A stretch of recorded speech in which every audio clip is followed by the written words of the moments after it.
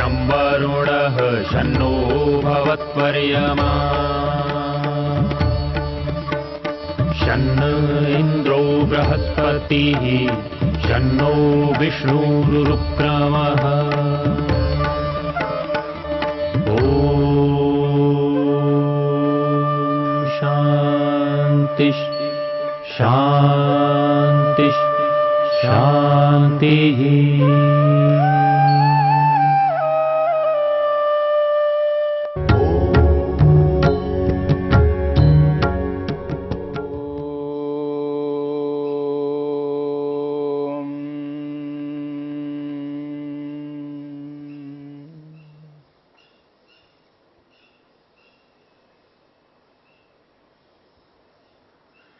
मन की 5 वृत्तियों की चर्चा आपने सुनी है। प्रमाण, विपर्यय, विकल्प, निद्रा और स्मृति। और 5 वृत्तियां दुखदायी भी बनती हैं और सुखदायी भी बनती है। मन को एकाग्र करके आत्मा परमात्मा में लगाने के लिए मन को जानने की बात कही है। योगश्चित्त वृत्ति निरोधा, इस प्रसंग में यह स्पष्ट किया गया था कि जब तक मन को मन के रूप में नहीं समझेंगे तब तक मन को रोकना, मन को एकाग्र करना, मन को आत्मा में लगाना, परमात्मा में लगाना, ये असंभव हो जाएगा। क्योंकि मन के कारण से ही हम समस्त कार्यों को संपन्न करते हैं। योग को सिद्ध करना है तो मन को मन के रूप में समझना आवश्यक है। इसलिए कहा था कि मन का कारण क्या है। मन एक कार्य पदार्थ है तो मन का कारण क्या है। मन के कारणों को समझने पर मन को रोकने में सरलता होगी। और दूसरी बात कही गई थी, मन का स्वभाव क्या है। क्योंकि कोई भी पदार्थ यदि है, कोई वस्तु है, उस वस्तु का कोई ना कोई एक स्वभाव हुआ करता है। तो मन का वास्तविक स्वभाव क्या है। तीसरी बात कही गई थी, मन की अवस्थाएं, किस स्थिति में मन किस अवस्था में रहता है। क्षिप्त अवस्था में, मूढ़ अवस्था में, विक्षिप्त अवस्था में, एकाग्र अवस्था में, निरुद्ध अवस्था में, किस अवस्था में मन रहता है। मन की अवस्थाओं को जानना आवश्यक बताया गया। चौथी बात कही गई, मन की वृत्तियां, मन के व्यापार, जो अब तक हमने चर्चा की है मन की 5 वृत्तियों को लेकर के। तो मन के विषय में 4 बातों को यथार्थ रूप में जानना प्रत्येक योगाभ्यासी के लिए, प्रत्येक साधक व्यक्ति के लिए, प्रत्येक अध्यात्म को अपनाने वाले व्यक्ति के लिए अनिवार्य है। मन का मूल कारण, मन का स्वभाव, मन की अवस्थाएं और मन की वृत्तियां, मन के व्यापार, इन 4 विषयों को हृदयंगम कर लेने पर, इन 4 विषयों को हृदयंगम कर लेने पर मन को रोकने में आसानी होगी। मन को संसार से हटाकर आत्मा में लगाने में सरलता मिलेगी। समस्त सांसारिक सुखों से हटा करके मन को ईश्वरीय सुख में लगाने में बहुत सुविधा होगी। ईश्वरीय आनंद का उपभोग करना है, ईश्वर साक्षात्कार करना है। ऐसी स्थिति में हम पहुंच जाएंगे जिस स्थिति को हम पाना चाहते हैं। याद रखिएगा, ये जो मन है, इस मन के कारण से ही हमारा संपूर्ण जीवन चल रहा है निरंतर। क्योंकि ये जो मन है, ये मन प्रत्येक कार्य के पीछे कारण है। चाहे हम ज्ञान प्राप्त करते हैं, चाहे हम कर्म करते हैं, चाहे भक्ति करते हैं, इन तीनों के पीछे मन कारण बनेगा।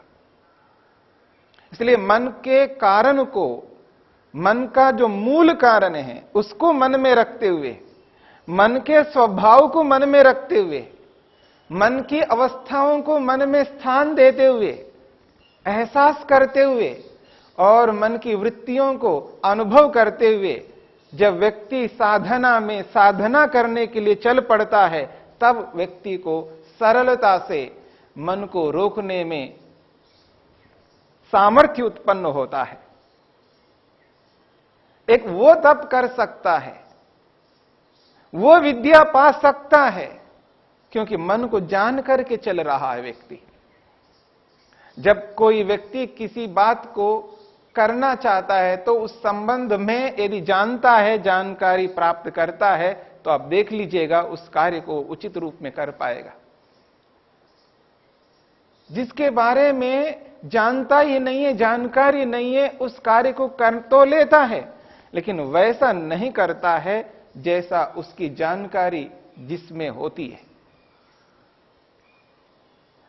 जैसा कि आज हम सुनते हैं थ्योरी और प्रैक्टिकल। यदि किसी विषय में पारंगत होना है तो दोनों को उचित रूप में समझना होगा। थ्योरी को, सिद्धांत को, नियमों को, उसके संबंधित जितना भी ज्ञान है उस पूरे को जान करके फिर उसको क्रियात्मक रूप में जब व्यवहार करता है व्यक्ति, तो समझ लीजिएगा वो व्यक्ति शीघ्रता से अपने गंतव्य को पा सकता है, अपने लक्ष्य को पूर्ण कर सकता है। तो यहां पर हमने 5 वृत्तियों को लेकर के विचार किया। हमने ये जाना है मन का मूल कारण क्या है। मन के मूल सत्व रज तम कारणों को जानकर मन को हमने जड़ स्वीकार किया है।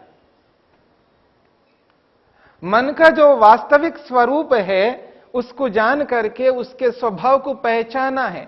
मन का शांत स्वभाव, सत्वगुण प्रधान होने के कारण से मन का जो स्वभाव है वो शांत स्वभाव है। हमने ये भी जाना है मन किस स्थिति में, किस अवस्था में रहता है। कभी मन क्षिप्त अवस्था में रहता है, चंचल होकर के काम करने लगता है, तब कभी मूढ़ में रहता है, बेखबर होकर के रहता है। आलस्य में, प्रमाद में, तंद्रा में व्यक्ति जब रहता है तो समझ लेना मूढ़ अवस्था में रहता है। कभी व्यक्ति विक्षिप्त अवस्था में रहता है। लौकिक विक्षिप्त अवस्था से ये भिन्न स्थिति है। योग में जो विक्षिप्त कहा है वो एक अलग प्रकार की है। एकाग्र होता हुआ बीच में व्यक्ति एकाग्रता को भंग कर लेता है। किन्हीं आक्षेपों के कारण से, किन्हीं व्यवधानों के कारण से उसकी एकाग्रता भंग हो जाती है। विक्षेपों के कारण से जब व्यक्ति एकाग्रता को भंग करता है तो उसको विक्षिप्त कहते हैं।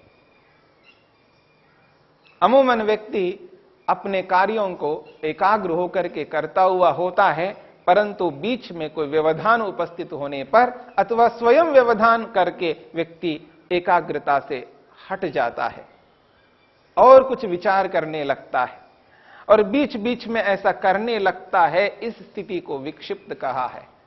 और एकाग्र अवस्था तो आपके सामने आई गई है, जिसमें संप्रज्ञा समाधि की प्राप्ति। निरुद्ध अवस्था में असंप्रज्ञा समाधि ईश्वर का साक्षात्कार होता है। तो मन की इन 5 अवस्थाओं को जाना और मन के व्यापारों को भी हमने जाना। प्रमाण वृत्ति, विपर्यय वृत्ति, विकल्प वृत्ति, निद्रा वृत्ति और स्मृति वृत्ति। इन 5 वृत्तियों को जान करके व्यक्ति इन वृत्तियों का लाभ व्यवहार काल में लेता हुआ उपासना के काल में, ध्यान के काल में इन पांचों वृत्तियों को रोके रखता है, तब जाकर के व्यक्ति अपने गंतव्य मुक्ति की ओर, निश्रेयस की ओर अग्रसर होता है। 5 वृत्तियों को रोकना है। इसलिए कहा योगश्चित्त वृत्ति निरोधा। योग चित्त की वृत्तियों को रोकने का नाम। मन के जितने भी क्रियाकलाप है, मन के व्यापार है, मन का जो सोच है, विचार है, वो 5 प्रकार से चलता है। उस 5 प्रकार के सोच को, विचार को रोके रखना है, तब जाकर के योग की सिद्धि होती है। कैसे रोके? मन की इन 5 वृत्तियों को रोके कैसे? जब हम मनुष्य के क्षमताओं के ऊपर दृष्टि डालते हैं, मनुष्य की क्षमताओं के ऊपर जब दृष्टि डालते हैं, तो मनुष्य के अंदर इतनी क्षमताएं दिखाई दे रही होती है, इतनी क्षमताएं दिखाई दे रही होती है। उन क्षमताओं का विविध विषयों में उपयोग लेता हुआ आदमी आज न जाने कितनी ऊंचाइयों को प्राप्त कर लेता है। ऐसा लगता है जिस प्रकार ईश्वर के अंदर असीम क्षमताएं, जिस भगवान को हम स्वीकार करते हैं, जिस ईश्वर को स्वीकार करते हैं, जिस सृष्टिकर्ता को स्वीकार करते हैं, जिसको हम सर्वव्यापक मानते हैं, सर्वज्ञ मानते हैं, सर्वशक्तिमान मानते हैं, जिसको पूर्ण न्यायकारी स्वीकार करते हैं, ऐसे जो ईश्वर हैं, इस प्रकार के ईश्वर के अंतर्गत असीम क्षमताएं हैं। कोई सीमा नहीं है। असीम ज्ञान है, असीम दया है, असीम सामर्थ्य है। कोई ऐसा गुण नहीं है ईश्वर में जो सीमित हो, असीम है। जिस प्रकार से ईश्वर की क्षमताओं को देखने पर पता लगता है व्यक्ति को ईश्वर में असीम क्षमताएं हैं, लेकिन मानव, मनुष्य, जब हम मनुष्यों की क्षमताओं को देखने लगते हैं तो ऐसी ही प्रतीति हो रही होती है, ऐसी ही अनुभूति हो रही होती है कि मनुष्य में मानो असीम क्षमताएं, असीम क्षमताएं, ऐसा प्रतीत होता है।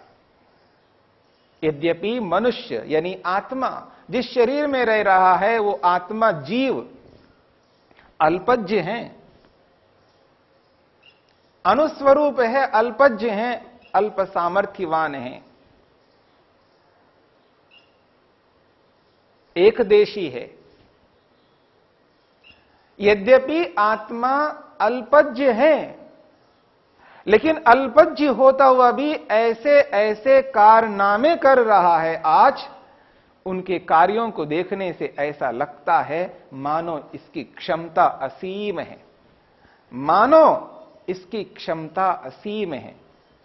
यह नहीं कहा जा रहा है इसकी वास्तव में असीम क्षमता है, माना जा रहा है, मान करके चला जा रहा है असीम क्षमता है। यद्यपि नहीं है, लेकिन ऐसी प्रतीति हो रही है। बहुत सारी क्षमताओं को लेकर के आज हम चल रहे हैं। इतनी क्षमताएं हैं हमारे में। आज विज्ञान के मद में रह करके व्यक्ति कितने कितने ऐसे कार्यों को करता जा रहा है, ऐसा लगता है कि जो असंभव सा लगता था पहले, असंभव सा लगता था पहले, और आज उसको विज्ञान ने संभव करके दिखाया। यद्यपि असंभव को कभी भी संभव नहीं किया जा सकता। असंभव का अर्थ ही असंभव है। असंभव कभी संभव नहीं हो सकता और संभव कभी असंभव नहीं हो सकता। यह तो यूनिवर्सल लॉ है, यह सार्वभौम सिद्धांत है कि असंभव सदा असंभव रहेगा और संभव सदा संभव रहेगा। बस इतनी सी बात है जो संभव है उसको हमने अपनी भ्रांति से, अज्ञानता से, जानकारी के अभाव में उस संभव को हमने असंभव मान लिया। इसीलिए हम कहते हैं असंभव को इसने संभव कर लिया, अर्थात असंभव सा लगने वाली उस चीज को इसने संभव करके दिखाया। तो इसलिए आज के विज्ञान ने जिन जिन को हमने 20 साल पहले, 30 साल पहले असंभव सा प्रतीत होने वाले उन समस्त पदार्थों को असंभव मान करके रखा था, तो आज उन्होंने संभव करके दिखाया और आगे भी संभव करते जाएंगे। वो जो संभव कर रहे हैं, संभव होने वाले पदार्थों को ही संभव करते जा रहे हैं। असंभव को कभी संभव कोई नहीं कर सकता। आज मनुष्य ने इतना संभव कर लिया है, आज स्पेस के अंदर, आकाश में जाकर के व्यक्ति रह करके वहां संसार बसाना चाहता है, सोच रहा है। सुनते हैं लोग मंगल के लिए जमीन खरीद रहे हैं, मंगल में रहने के लिए जमीन खरीद रहे हैं, सुना जाता है, आपने भी सुना होगा। यानी व्यक्ति ने आज अपनी क्षमता को इतना बढ़ा करके चला और वहां कहां तक अपने सोच को ले जा रहा है, कितनी क्षमता को रखता है मनुष्य।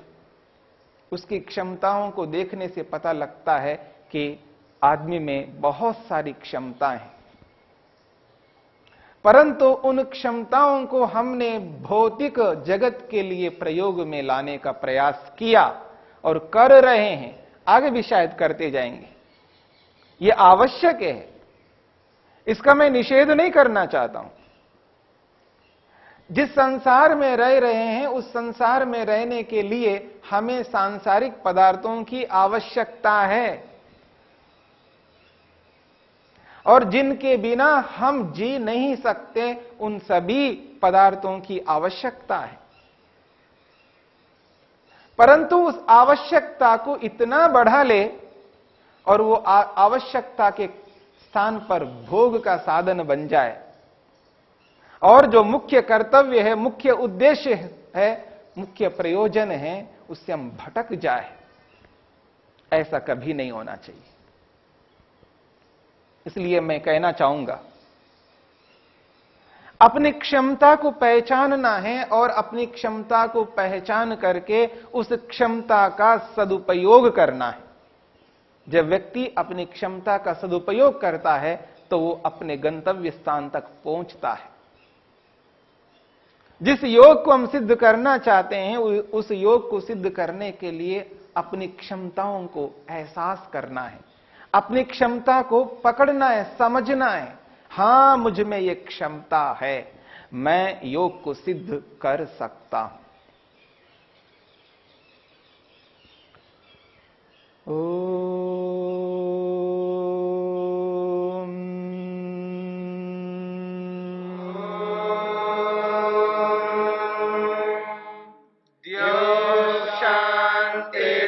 शांतिरंतरिक्षं शांति पृथिवी शांतिरापः शांतिरोषधयः शांतिः वनस्पतयः शांतिर्विश्वे देवा शांतिर्ब्रह्म शांति सर्वं शांति शांतिरेव शांति शांति